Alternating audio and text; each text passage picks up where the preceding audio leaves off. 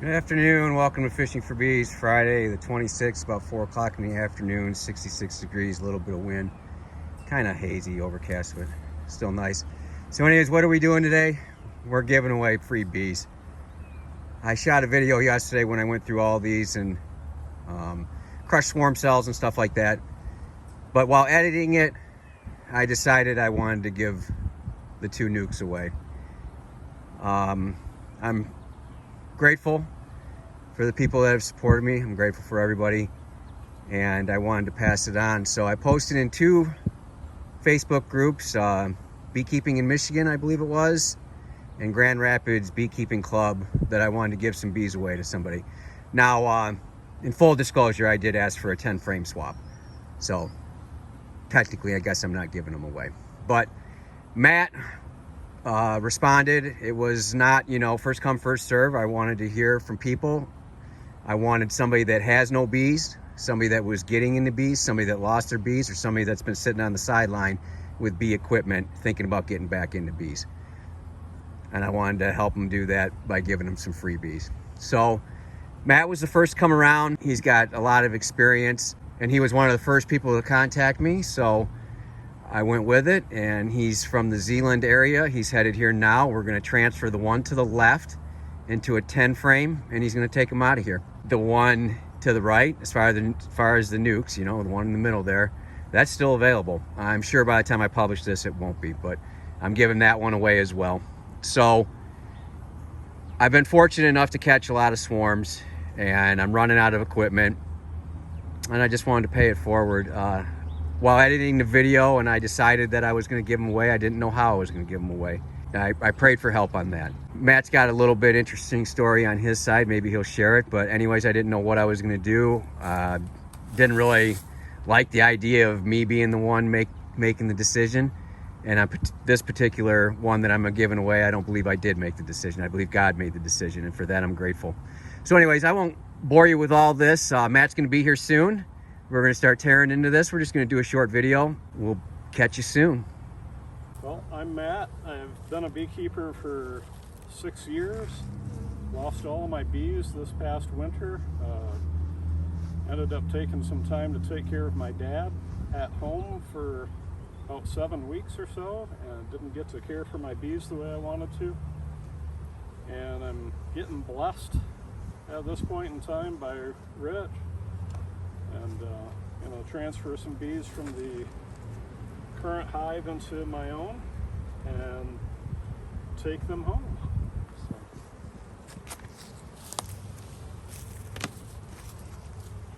Yeah, these gals are quite interested in getting into that new hive. Yeah, they are, and I mean, they did have the quilt box on yesterday, but they didn't show much interest in being on top. So got a few drones over here. Oh yeah.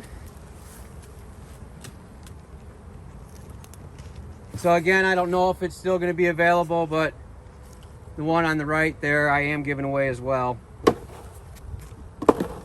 So what's your thought on not smoking them, to not put them in the air? I've spent a lot of years not smoking, and spent a few years recently smoking them. So it's been kind of a, I don't know, a choice at the moment. I've actually learned to pause and decide whether it needs smoke instead of immediately coming in and blasting everything. Sure. Lots of pollen. A bit of honey. Nice and good. Lots of bees. Lots of drones. Yeah. So one of the things with the 5/5 and then going into a 10 is you still want to manage it the way they want to manage it, set it up the way they want to set it up. So resources on the sides and the brood in the middle. So, the frames from the middle of the top one are going to jump down and split or be next to the ones in the middle, and then you're going to put those outside frames on the outside edges. Man, there's a lot of bees in there.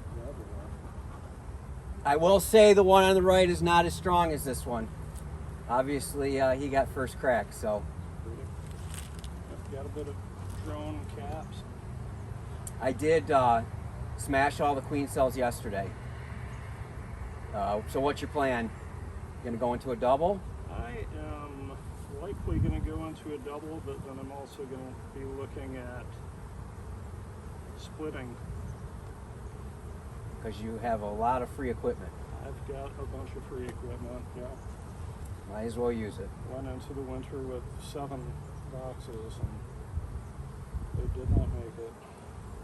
So one of the other things we're going to do, and the reason why I want the other one out of here as soon as possible, because the white one's leaving for that pollination contract, is we're fortunate that there's a colony remaining here in case there's any drift, right? Because the foragers aren't back and there's going to be bees in the air, and he's going to lock this up and take it. We're not going to wait till night or anything like that. So if there's a colony in the area, the hope is we're going to slide that 5 frame into the middle so it's grabbing its foragers and the other colony's foragers. That's the thought. And the good thing for whoever gets that other one is that's going to boost that population as well. It's a brood. It's like, You're going to find better ones than that, yeah. yeah, it's like a number of newer drones too. Yeah. So I'll bring you a little closer while he's breaking that up. Obviously, seeing it's probably easier than me explaining it, but you know, he split it. He split the resources on the outside and then put the brood on the inside. And it looks like he's actually probably even going to plan that the eggs are going to be more in the middle and the cat brood is going to be on the outside, because this next box is going to have a lot of cat brood.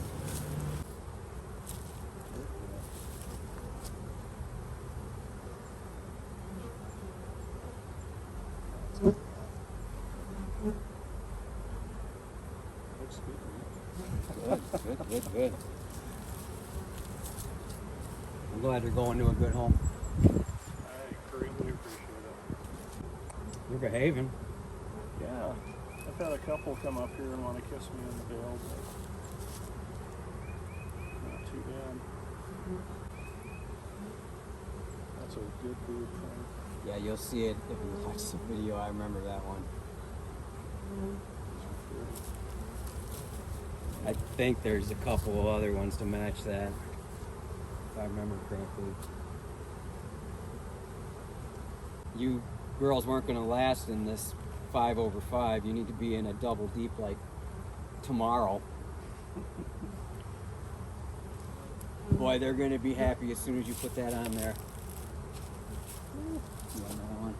Yeah, though that's had some immersion since I was in there. It looks like. Great laying pattern for that thing. Yeah, I'm telling you. I know. Some of these swarms.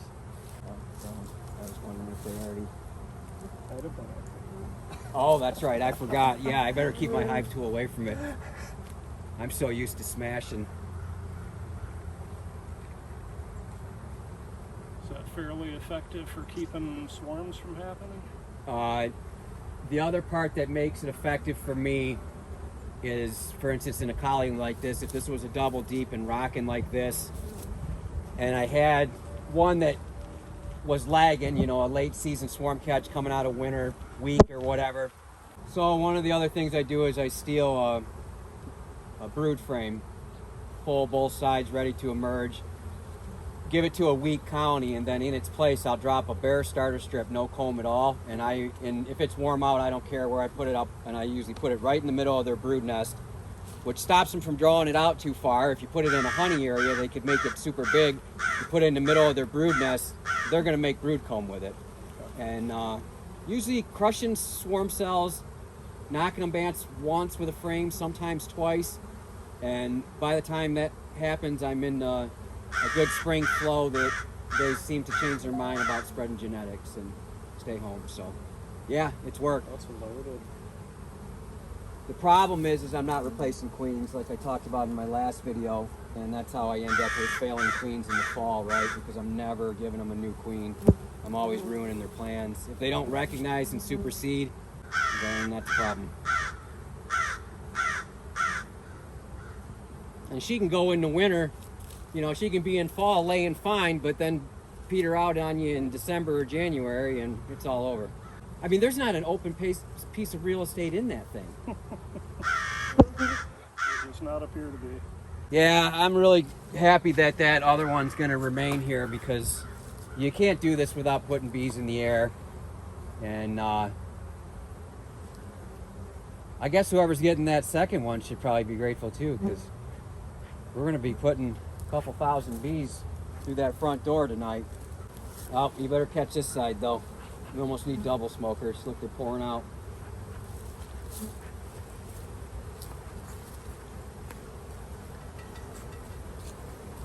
So here's what we're left with.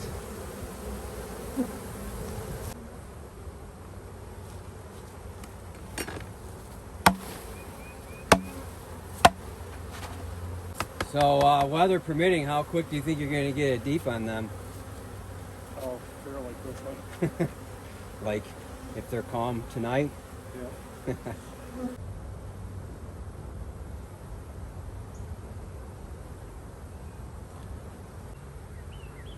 Well, you're doing a good job of not putting them in the air. Trying my hardest.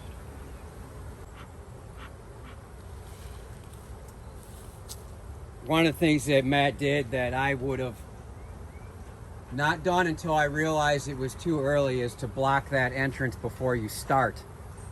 If we would have not blocked that entrance when they were pouring out like a waterfall, that front would have been 100 times worse, and we would be having a heck of a time getting in there. So block the entrance before you start, because quickly it'll be too late. And then you'll be waiting all night for the sun to go down. This is good. This was smooth. Wasn't exactly the way I anticipated them going into a new box, but I had a conversation with somebody the other day, and also I've said it on videos, that my biggest mistakes have been when I went to the yard with a plan and wasn't their plan. well, and and I didn't have the ability to pivot, right? And then I did something, and then I tried to go to sleep at night, and then up going back to the bee yard and fixing it, because I went with a plan, I was going to stick to it, and that wasn't the right plan. You got to get there and evaluate, and then similar to fishing, you got to look at the river before you cast your first line, see what's going on. All right, so here we go. I just wanted to give you a look at how calm it is now and how well of a job he did. So these girls are leaving here, and I appreciate you watching. I hope your bees are well. Take care.